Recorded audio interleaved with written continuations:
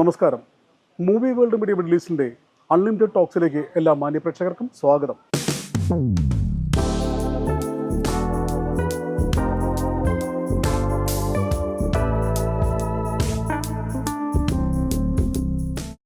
ഇന്ന് നമ്മോട് കൂടെയുള്ളത് മലയാളത്തിൻ്റെ സ്വന്തം നമ്മുടെയൊക്കെ പ്രിയ താരം ആസിഫ് അലിയാണ്. Welcome to the show. Thank you Yusuf. Kishkindha കാണുന്ന ശേഷം ഇപ്പോൾ എല്ലാവരും വളരെയധികം വെയിറ്റ് ചെയ്തൊരു പടമാണ് രേഖാചിത്രം. എന്താണ് അതിനെക്കുറിച്ച് അഭിപ്രായം? എൻ്റെ പേഴ്സണലി എനിക്ക് ഇപ്പോൾ ഇതുവരെയുള്ള എൻ്റെ കരിയറിൽ 2009 സിനിമയിൽ വന്ന് ഇപ്പോൾ 2024 വരെ എത്തി നിൽക്കുമ്പോൾ പേഴ്സണലി എൻ്റെ ഏറ്റവും നല്ല വർഷം എന്ന് തന്നെ ഞാനും എൻ്റെ സിനിമകൾ കാണുന്ന പ്രേക്ഷകർ ഒരുപോലെ പറഞ്ഞ ഒരു ഇയറാണ് 24. തലവനിൽ തുടങ്ങി അഡിയോസ് അമീഗോ, ലെവൽ ക്രോസ്, അങ്ങനെ അത്തരത്തിലുള്ള സിനിമകൾ വന്ന് ഒരു കൃത്യമായി ബാക്ക് ടു ബാക്ക് നല്ല സിനിമകൾ ഇറങ്ങിയ ഒരു വർഷമായിരുന്നു. അപ്പോൾ അതിനുശേഷം 2025 ജാനുവരി 9 രേഖാചിത്രം വരുമ്പോൾ തീർച്ചയായിട്ടും ആ ഒരു നല്ല സിനിമകൾ ചെയ്തുകൊണ്ടിരുന്ന അല്ലെങ്കിൽ ഒരു സക്സസ് എന്ന് തന്നെ പറയാവുന്ന ഒരു കണ്ടിന്യൂഷൻ ആയിരിക്കും എന്നുള്ളൊരു പ്രതീക്ഷയിലും വിശ്വാസത്തിലുമാണ് ഞാനും ഉള്ളത്.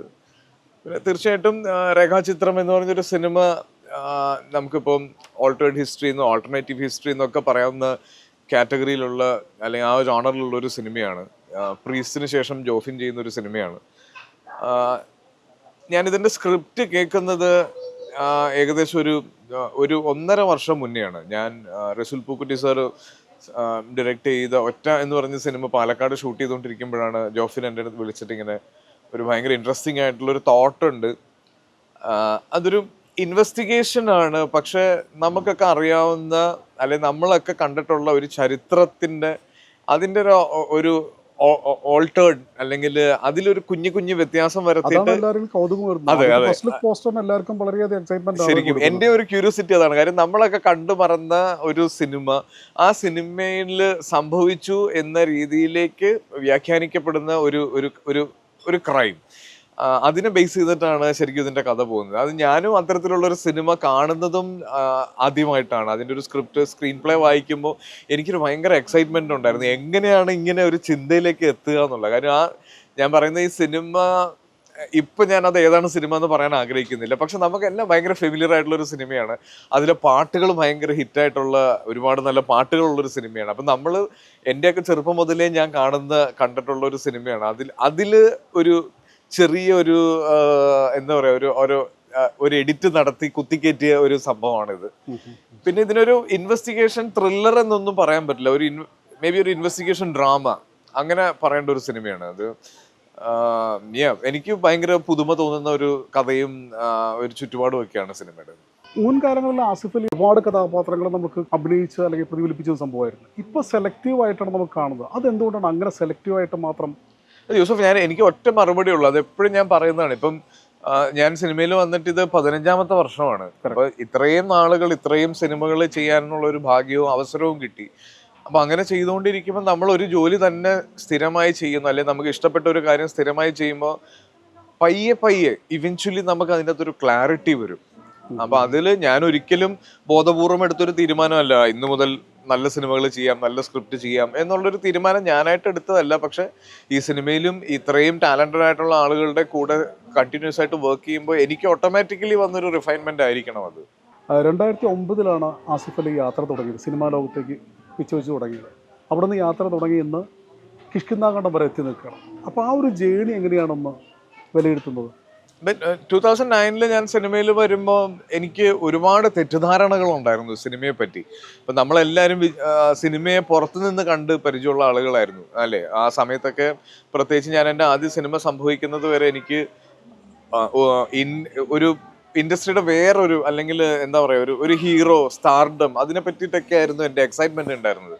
പക്ഷെ സിനിമയിൽ അഭിനയിച്ച് സിനിമയുടെ ഭാഗമായി കഴിഞ്ഞപ്പോഴാണ് ഇതിൻ്റെ വേറൊരു തലം ഞാൻ മനസ്സിലാക്കുന്നതും നമ്മുടെ ഒരു ഏരിയ ഓഫ് ഇൻട്രസ്റ്റ് മാറുന്നതും സിനിമകളെ അപ്രോച്ച് ചെയ്യുന്ന രീതി മാറുന്നതും. അപ്പോൾ അങ്ങനെയുള്ള പിന്നെ ഇത്രയും സിനിമകൾ ചെയ്തു. ഏകദേശം എനിക്ക് തോന്നുന്നു 80-85 സിനിമകളോളം ഞാൻ ഈ കഴിഞ്ഞ വർഷങ്ങളിൽ ചെയ്തു.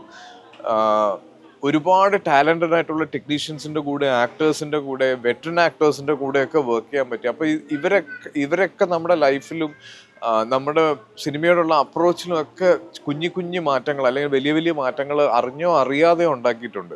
അപ്പോൾ ആ ഒരു വ്യത്യാസം തീർച്ചയായിട്ടും ഞാൻ ആസ്വദിക്കുന്ന രീതി, ഞാൻ സിനിമയെ കാണുന്ന രീതി, എൻ്റെ സെലക്ഷനിൽ എല്ലാ മാറ്റങ്ങൾ വരുത്തിയിട്ടുണ്ട്. അപ്പോൾ അതാണ് ശരിക്കും കിഷ്കിന്ധകാണ്ഡം വരെയുള്ള സിനിമകളിൽ ഈ 2009 നോക്കുമ്പോൾ ഉണ്ടായ വലിയൊരു വ്യത്യാസം.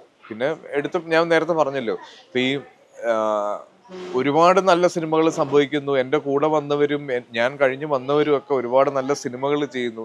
എനിക്ക് എന്തുകൊണ്ട് ഒരു തിയേറ്റർ ഹിറ്റ് കിട്ടുന്നില്ല, എനിക്ക് എന്തുകൊണ്ട് നല്ല സിനിമകളുടെ ഭാഗമാകാൻ പറ്റുന്നില്ല എന്നൊക്കെ ഒരു വിഷമം ഉണ്ടായ ഒരു സമയം ഉണ്ടായിരുന്നു. പക്ഷെ അവിടെ നിന്നൊക്കെ എന്തൊക്കെയോ ദൈവം നമുക്ക് കരുതി വെച്ചിട്ടുണ്ടായിരുന്നു എന്ന് പറയുമല്ലോ, അതുപോലെ സംഭവിച്ചതാണ് ഈ 24. തലവനിൽ തുടങ്ങി ലെവൽ ക്രോസിലാണെങ്കിലും അഡിയോസ് അമീഗോയിലാണെങ്കിലും ഒക്കെ നല്ല സിനിമകളായിരുന്നു. അഭിനയത്തിനെ പറ്റിയും പെർഫോമൻസിനെ പറ്റിയിട്ടും ഒക്കെ ആളുകൾ എടുത്ത് മെൻഷൻ ചെയ്തു. സോഷ്യൽ മീഡിയയിൽ നിരന്തരമായ ചീത്തവിളികളിൽ നിന്ന് മാറി ആളുകൾ സിനിമയെ സെലക്ട് ചെയ്യുന്നതിനെ പറ്റിയും അഭിനയത്തിനെ പറ്റിയിട്ടും ഒക്കെ നന്നായി പറയാൻ തുടങ്ങി. അപ്പൊ അങ്ങനെ ഒരുപാട് മാറ്റങ്ങൾ ഈ കഴിഞ്ഞ വർഷങ്ങളിലൊക്കെ സംഭവിച്ചിട്ടുണ്ട്. സാധാരണ ഒരു പടം ചെയ്യുമ്പോൾ അതിൻ്റെ സ്ക്രിപ്റ്റിലോ അല്ലെങ്കിൽ അതിൻ്റെ ഈ പറയുന്ന ഡയറക്ടേഴ്സിലോ എങ്ങനെയാണ് അതിൽ തിരഞ്ഞെടുക്കുന്നതിലുള്ളൊരു? അതൊരു ഭയങ്കര ഡിഫിക്കൽട്ട് ആയിട്ടുള്ളൊരു കാര്യമാണ്. അത് ഞാൻ അംഗീകരിച്ചേ പറ്റുള്ളൂ. കാര്യം നമുക്ക് ഇതിനൊരു ഫോർമുല ഇല്ല. നല്ല സിനിമ ചെയ്യാനുള്ളൊരു ഫോർമുല ഇല്ല. നല്ല സംവിധായകരുടെ സിനിമകൾ പരാജയപ്പെടുന്നുണ്ട്, നല്ല സൂപ്പർ സ്റ്റാർസിന്റെ സിനിമകൾ പരാജയപ്പെടുന്നുണ്ട്. അപ്പൊ ഇതിനൊരു ഫോർമുല ഉണ്ടായിരുന്നെങ്കിൽ നല്ല സിനിമകൾ മാത്രം ചെയ്താൻ അവർ എല്ലാവരും ശ്രമിച്ചേനെ. അപ്പം ഞാൻ മനസ്സിലാക്കിയെടുത്തോളം ഇത് സംഭവിക്കുന്നതാണ്. പ്രേക്ഷകന് സിനിമ ഇഷ്ടപ്പെടുക എന്ന് പറയുന്നത് അത് നമുക്ക് ഒരിക്കലും ജഡ്ജ് ചെയ്യാൻ പറ്റില്ല. ഇപ്പം നമ്മൾ ചെയ്യുന്ന ഒരു സിനിമ നമ്മുടെ ടീമായിട്ട് നമ്മുടെ ക്രൂ ആയിട്ട് ഇരുന്ന് കണ്ട് നമുക്ക് എത്ര സാറ്റിസ്ഫാക്ഷൻ വന്നിട്ട് റിലീസാവുന്ന ഒരു സിനിമയാണെങ്കിലും അത് തിയേറ്ററിൽ റിലീസായി ഒരു മാസ് ഓഡിയൻ അത് കണ്ട് ഫസ്റ്റ് ഡേ ഫസ്റ്റ് ഷോയിൽ അവർ ജഡ്ജ് ചെയ്യുന്നത് കറക്റ്റ് ആയിരിക്കും. അവർ കൂവുന്നത്, അവർ കമൻ്റ് അടിക്കുന്നത് കറക്റ്റ് പോയിന്റിലായിരിക്കും. ഒരിക്കലും നമുക്ക് പ്രേക്ഷകനെ നമുക്ക് കളിയാക്കാൻ പറ്റില്ല, അല്ലെങ്കിൽ അവരെ കുറ്റപ്പെടുത്താൻ പാടില്ല. പിന്നെ ഡെഫിനറ്റ്ലി സിനിമ റിവ്യൂവിങ്ങിനെ പറ്റിയും കൂടെ ഇതിന് പറയണം. ഞാൻ എപ്പോഴും പറയുന്ന ഒരു കാര്യമാണ്, ഇപ്പം എനിക്കിഷ്ടപ്പെട്ടൊരു സിനിമ യൂസഫിന് ഇഷ്ടപ്പെടണമെന്ന് നിർബന്ധമില്ല. പക്ഷെ എനിക്ക് ആ സിനിമ ഇഷ്ടപ്പെട്ടില്ല, അതുകൊണ്ട് നിങ്ങൾ ആരും അത് കാണരുത് എന്ന് പറയുന്ന റിവ്യൂയിങ്ങിലേക്ക് സിനിമ പോകരുത്. അപ്പോൾ ആളുകളുടെ നമ്മൾ കാണാൻ പോകുന്ന മൂഡ്, നമ്മുടെ സാഹചര്യം, നമ്മുടെ ടേസ്റ്റ്, ഇതെല്ലാം നമ്മുടെ ആസ്വാദനത്തിനെ ബാധിക്കുന്നതാണ്. അപ്പോൾ അതിൽ എപ്പോഴും അതൊരു പേഴ്സണൽ ചോയ്സ് ആണ്. പിന്നെ നല്ല സിനിമ എന്ന് പറയുന്നത് ഞാൻ വിശ്വസിക്കുന്നത് അതിൻ്റെ അകത്തൊരു ലക്ക് ഫാക്ടറും കൂടെ ഉണ്ട്. എപ്പോഴും നമ്മൾക്ക് ചെയ്യാനുള്ളത് നമ്മൾ ചെയ്ത് കഴിഞ്ഞ് ഈ റിലീസിന്റെ മുന്നേ ഒരു മാജിക് സിനിമയിൽ സംഭവിക്കും. ആ മാജിക് ആണ് ശരിക്കും ആർക്കും ടാക്കിൾ ചെയ്യാൻ പറ്റാത്തൊരു സക്സസ് ഫോർമുല എന്ന് പറയുന്നത്. അതിലേക്കാണ് എല്ലാവരും നോക്കുന്നത്. ഇപ്പം ഈവൻ 9-ാം തീയതി റിലീസാകാൻ പോകുന്ന രേഖാചിത്രത്തിനും ഞാൻ ആ മാജിക്കിൽ പ്രതീക്ഷിക്കുന്നുണ്ട്. കാര്യം ഞങ്ങൾക്ക് ചെയ്യാനുള്ളതെല്ലാം ചെയ്തിട്ടുണ്ട്, നമുക്ക് പറ്റാവുന്ന രീതിയിലുള്ള കറക്ഷൻസ് ചെയ്തിട്ടുണ്ട്. ഒരു നല്ല സിനിമ എന്ന് നമുക്ക് വിശ്വാസമാകുന്ന രീതിയിൽ ഈ സിനിമ പാക്ക് ചെയ്തിട്ടുണ്ട്. ഇനി ആ മാജിക് സംഭവിക്കണം, അത് ഓഡിയൻസിലേക്ക് തീർച്ചയായിട്ടും സംഭവിക്കണം. നമ്മൾ എല്ലാവരും അതിനുവേണ്ടി കാത്തിരിക്കുകയാണ്. Thank you Yusuf.